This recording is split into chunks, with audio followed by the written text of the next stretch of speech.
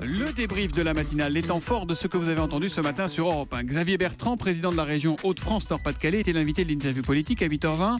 Il demande au gouvernement de prendre des mesures pour stopper cette pénurie de carburant. Je demande au Premier ministre, sans délai, sans tarder, de prendre les mesures de réquisition qui s'imposent, notamment dans les raffineries, pour qu'il n'y ait pas cette pénurie qui existe aujourd'hui, même si à Paris on dit qu'elle n'existe pas, elle existe très clairement, qu'ils prennent clairement leur voiture personnelle et qu'ils aillent faire le plein. Ils vont voir s'il n'y a pas de pénurie. Voilà, et l'UFIP, l'Union française des industries pétrolières, indique à l'instant avoir commencé à utiliser les stocks de réserves stratégiques de pétrole, et ce, depuis 2 jours. Patrick Pouyanné, le patron de Total, en a marre lui aussi de voir ses raffineries bloquées. Il menace de suspendre les investissements de son groupe dans les raffineries françaises. Les explications et le décryptage d'Axel de Tarlé, c'était à 7h15 avec les experts.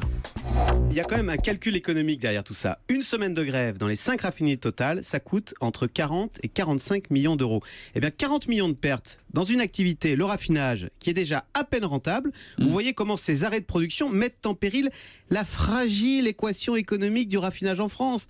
C'est ce qu'explique Patrick Pouyanné. Pour survivre, ces sites doivent absolument être fiables. Et il ajoute, le pacte entre les salariés et l'entreprise est rompu. Selon lui, nous devons tirer les leçons de ce qui se passe. Voilà, c'est un sujet qui vous fait toujours énormément réagir sur Twitter avec le hashtag un matin. Un recul sur la loi signifierait que la CGT gouverne, écrit MP3734.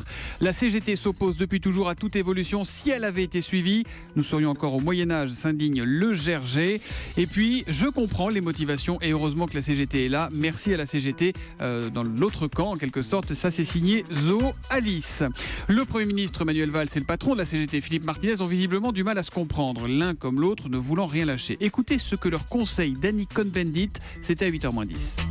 On dit pousse, on met la loi travail au frigidaire jusqu'à septembre, qu'on laisse passer l'euro, qu'on laisse passer le Tour de France et les vacances de tout le monde, et puis, entre-temps, en catimini, on se parle, on discute. C'est pas simplement remettre au calendrier grec, c'est simplement permettre qu'une telle réforme puisse enfin trouver le chemin nécessaire pour être appliquée. On dit pouce au moins jusqu'à septembre, nous suggère donc Danny Cohn-Bendit. C'était à 8h-10 sur Europe 1. Et puis une mystérieuse pluie est tombée sur la ville de Marange-Sylvange en Moselle. Écoutez, c'était Marion Calais qui nous le racontait à 6h15 dans le kiosque.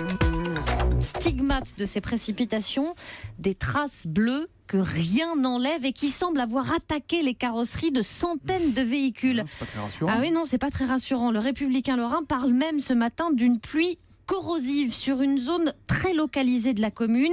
Les habitants ne cachent pas leur inquiétude ce matin, comme cette maman qui s'interroge sur l'impact sanitaire de cette pluie, savoir ce que ses enfants ont pu respirer, qui se demande aussi s'il y aura des indemnisations. Réponse peut-être ce soir. Voilà pour le débrief.